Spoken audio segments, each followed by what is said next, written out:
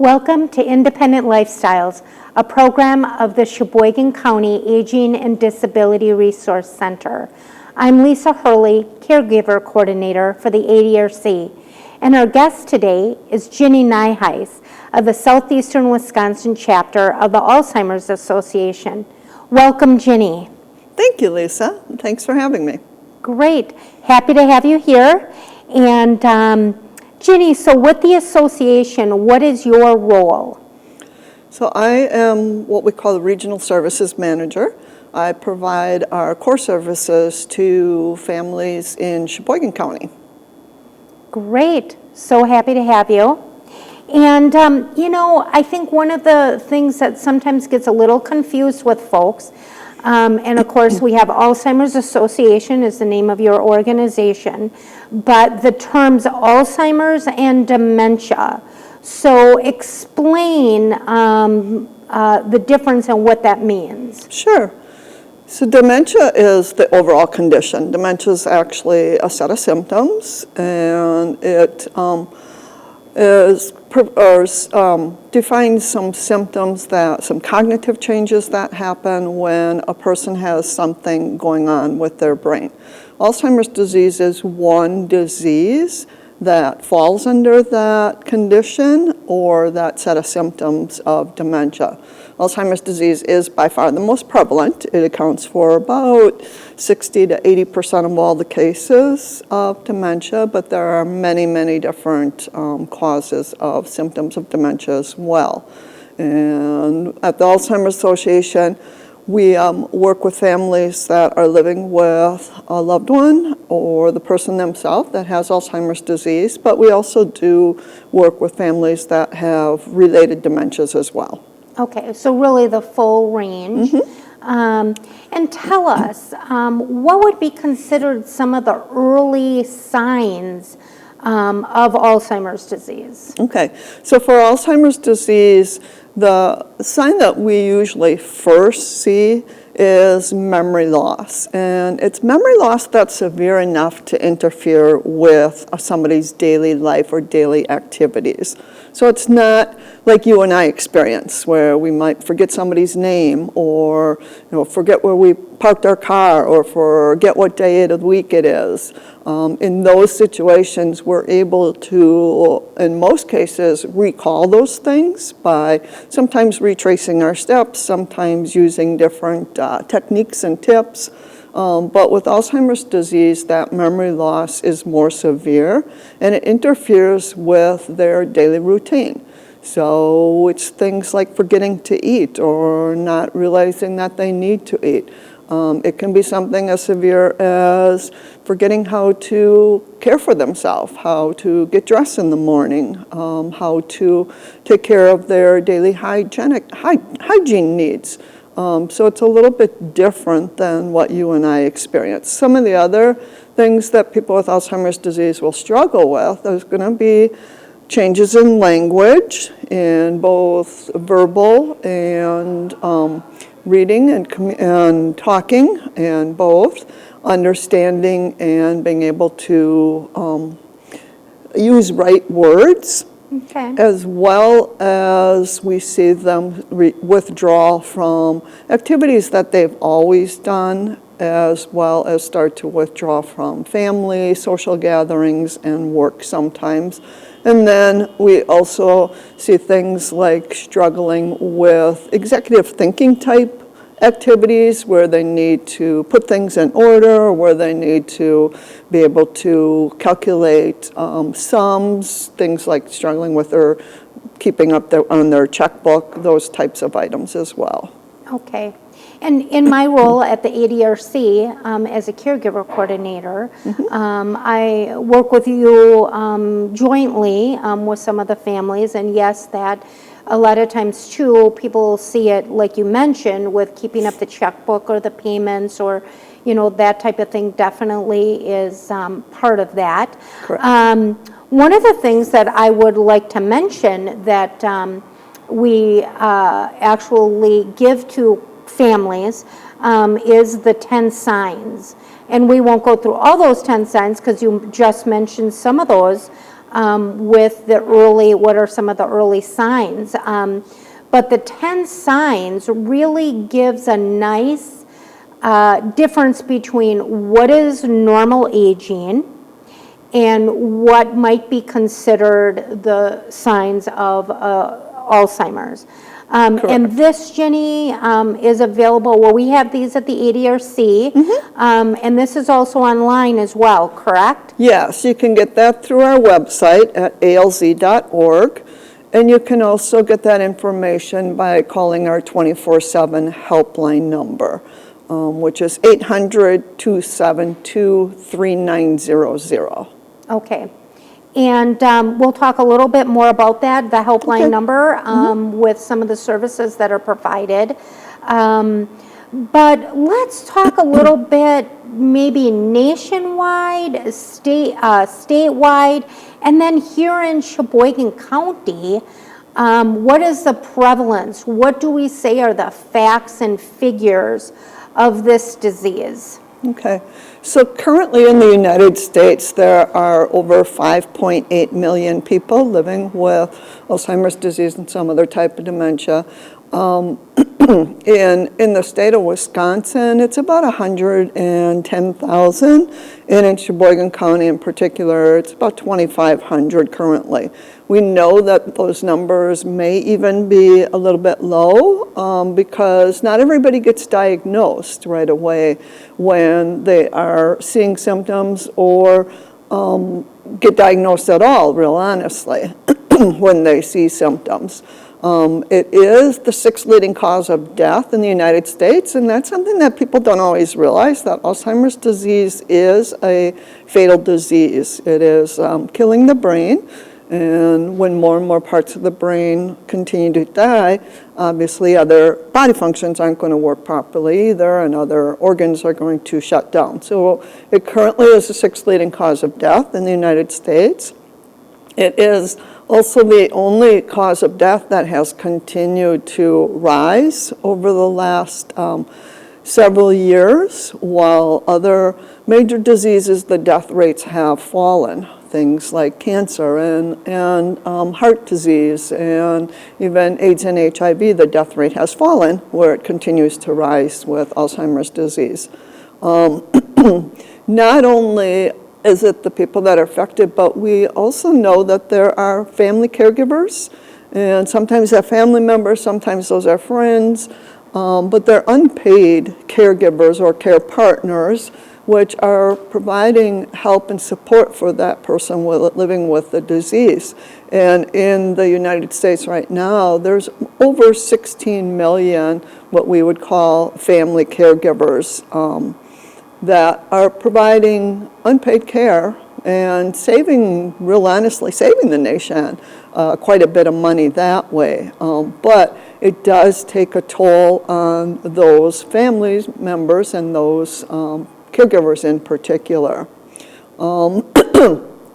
Also, there are some requirements through Medicare that a person that goes in for their wellness check is supposed to get a just brief screening from their doctor, just a few questions to help the doctor understand if that person's really struggling with some cognitive issues, and if so, then to refer them on to a specialist.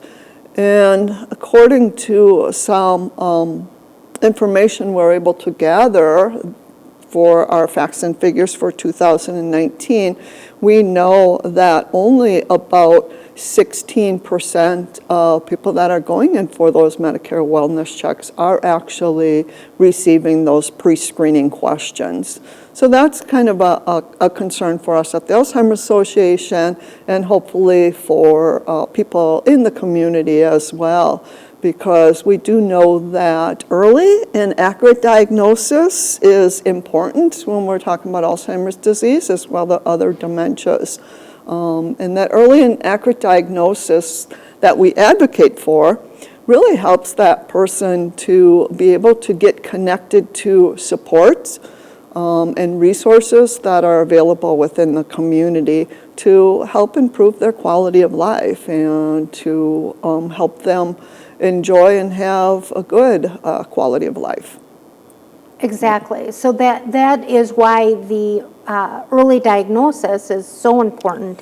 So Right. not only for the person that's living with Alzheimer's, but also really for those family members, because if the family members have an opportunity to reach out for resources and education, what have you found? Have you found that it just makes it, I don't want to say easier, but they're more educated and they feel like they can maybe handle some of the situations a little better? Absolutely. When the family caregiver is getting support, yeah, they are able to provide a little bit better care for that person, understand the disease, and be able to respond a little bit better, definitely differently than what they used to, and make everybody's life a little bit easier. The other reasons for early and accurate diagnosis is so that as a family they can plan for the future. Because it is a fatal disease, and obviously it's also a chronic disease, it progresses as the person lives with it. It's important for people to make some plans, do some of those things maybe they were putting off, to spend some time enjoying being with their family and with their friends, and also to think about how they would like to be cared for as the disease progresses. And our goals, obviously, both at the Alzheimer's Association and the Age and Disability Resource Center, is to provide that support and resources needed so that that person can continue to live at home for as long as possible, and hopefully even through the progression of this disease until time of death, with those needed or those important supports helping them through that. So for those reasons, it's important. But another thing that we talk about at the Alzheimer's Association is, we're not going to find the cure or get this disease figured out or licked without research. And funding for research has increased drastically over the last several years, which we are excited about, but that also means that there needs to be more people willing to be involved in research. And we do know that people with the disease that get involved in research tend to have a higher level of care and quality of life. And part of that is probably just that hope for the future and doing something to benefit their grandchildren, great-grandchildren, and those. And also family caregivers themselves can get involved in research as well. So that is another great reason for that early diagnosis. So that research end of it, that ties into the services that are provided by Yes. the Alzheimer's Association. Yes. So what are the research, the supports, what are some of the other services that are being provided? Okay. Yeah, so our mission at the Alzheimer's Association, it actually is kind of three-pronged, where funding research absolutely is part of it, and we do fund a lot of research trials, as well as advocate for the federal government to continue to fund research trials. We also provide support and services for people that are living with the disease and their family members, as well as provide information on how to reduce your risk and how to live a brain-healthy lifestyle. So some of the services that we provide that do those things, accomplish our mission, is first of all, we do have education programs. We have some education programs for our family members. We have education programs for people that are living with the disease. We have some education programs for the general public as well. We also have support groups for family members that may be caring for somebody, or friends that might be helping to provide that care. And some of our support groups are for the person living with the disease.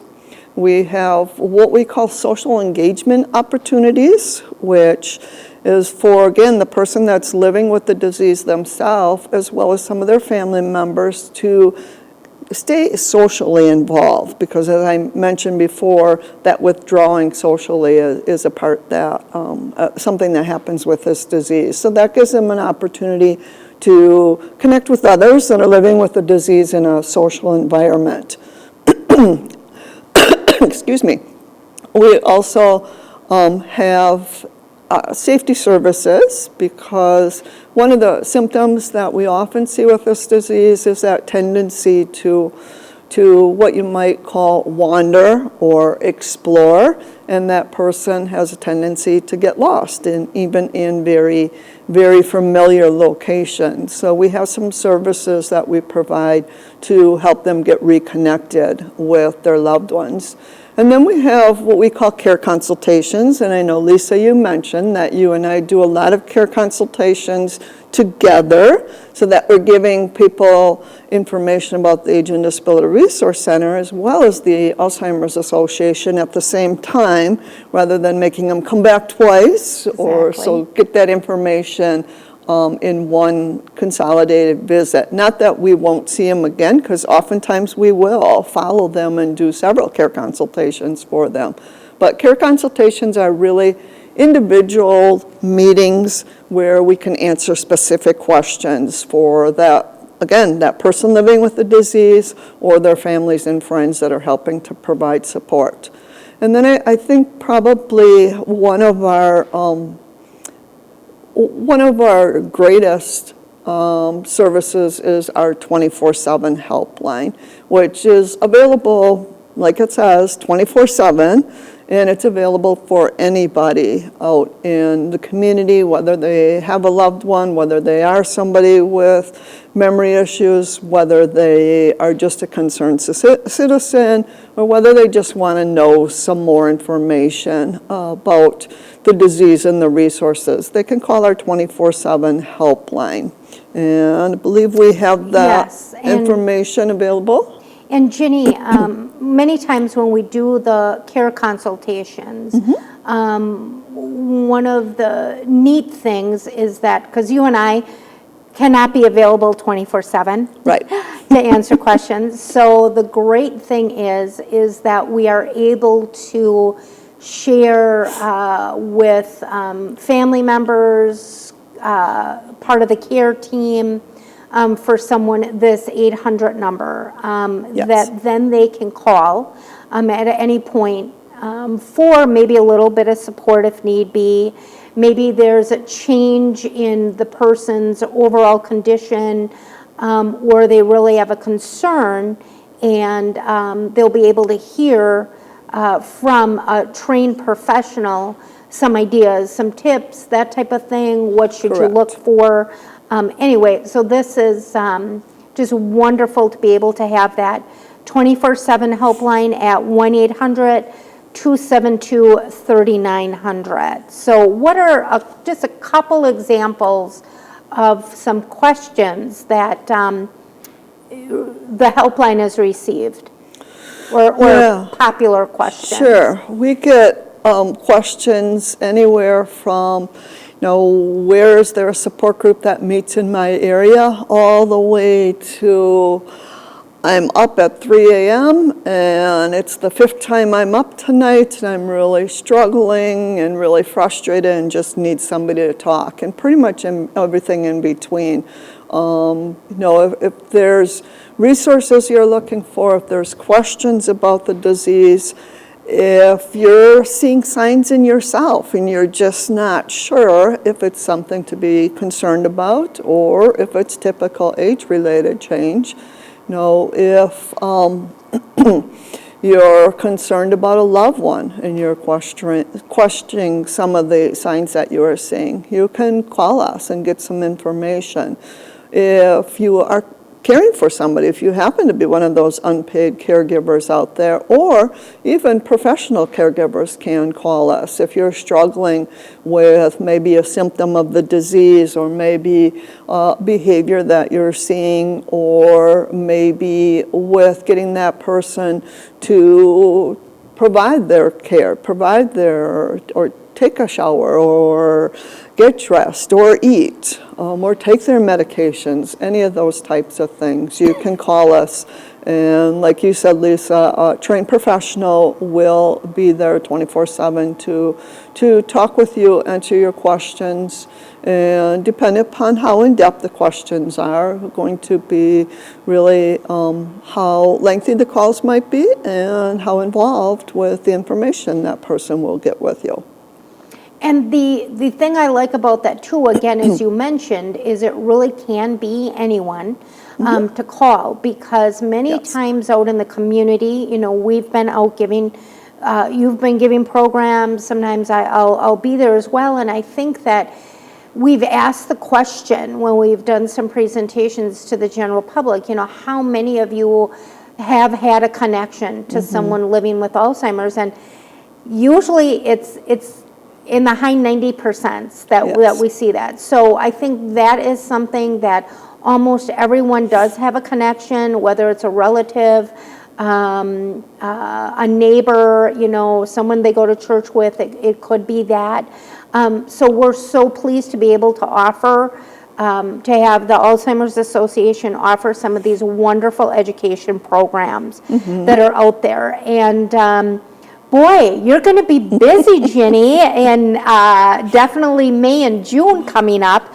So let's just briefly go through what some of those educational programs are. Okay. So yes, in May we actually offer a class that is for the person with a disease and their loved one. It's what we call living with dementia in the early stages. So it has to be somebody that is able to discuss maybe some of the struggles and some of the emotions that they're having, but it is for them as well as their loved ones. So that's a 3-session class. And we're offering that May 9th, 16th, and 23rd at the Sheboygan Falls Library. Also in later in May, I have a class that talks about communication and some changes that happen in communication for that person living with the disease. And that program is really geared towards family caregivers, not for the person themselves, but really for the family caregivers to understand what those changes are and to help them make some changes in how they respond or how they communicate with that person to be a little bit more effective. And then in June,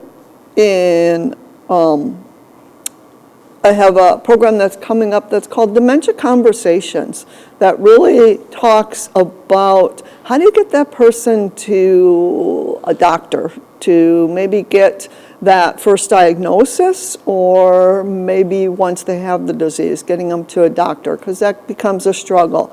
How do you assess whether that person's safe driving, and how do you approach that subject, whether it's time for them to stop driving or if they are still safe driving?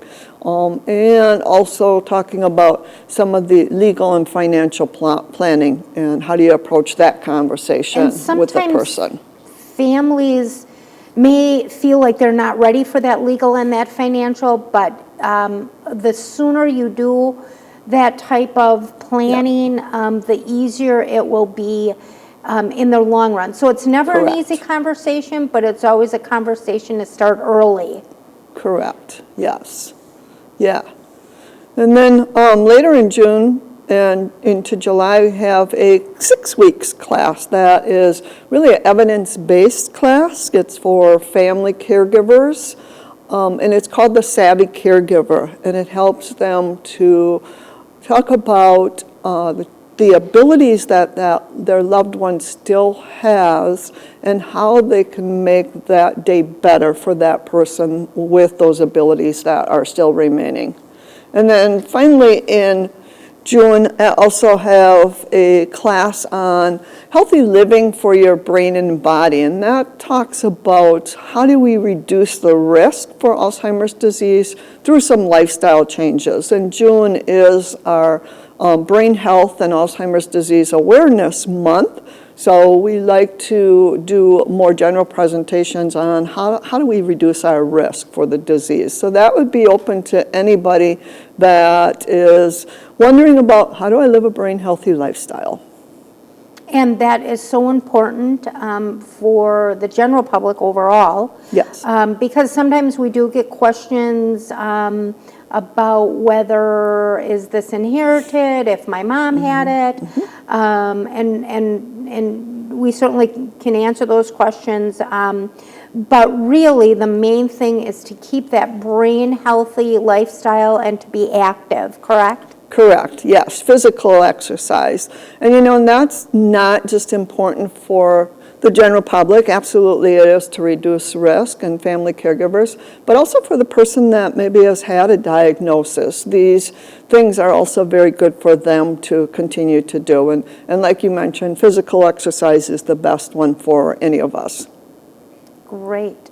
So we have some really wonderful tips, and again, please do not forget, make sure you have the 800 number here, the 24/7 helpline, 1-800-272-3900, and of course a wonderful website at alz.org is the website. There's a caregiver central on there as well, Yes. as well as Know the 10 Signs, which again is what is some of the early detection, as well as the difference between that and normal aging.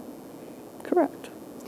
And a lot of this would not be possible here in Sheboygan County without the support of the Alzheimer's or the Walk to End Alzheimer's, Yes. which will be held on Saturday, September 28th.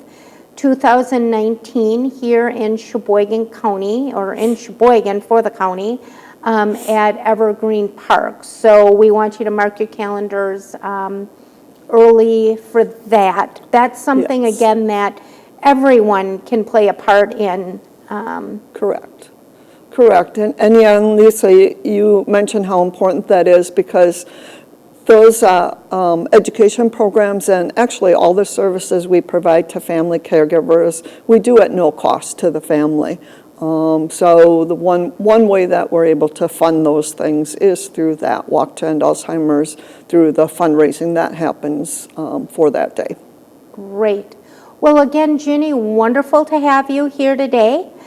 Ginny Nyheis, representing the Southeastern Wisconsin chapter of the Alzheimer's Association. And we have a wonderful education programs coming up. So thank you. Thank you. Independent Lifestyles is sponsored by the Sheboygan County Aging and Disability Resource Center, airing on WSCS Mondays at 2:30, Wednesdays at 7, and Thursdays at 9:30 a.m. Please join us next month on Independent Lifestyles for another interesting topic on maintaining your health and your independence. Be well.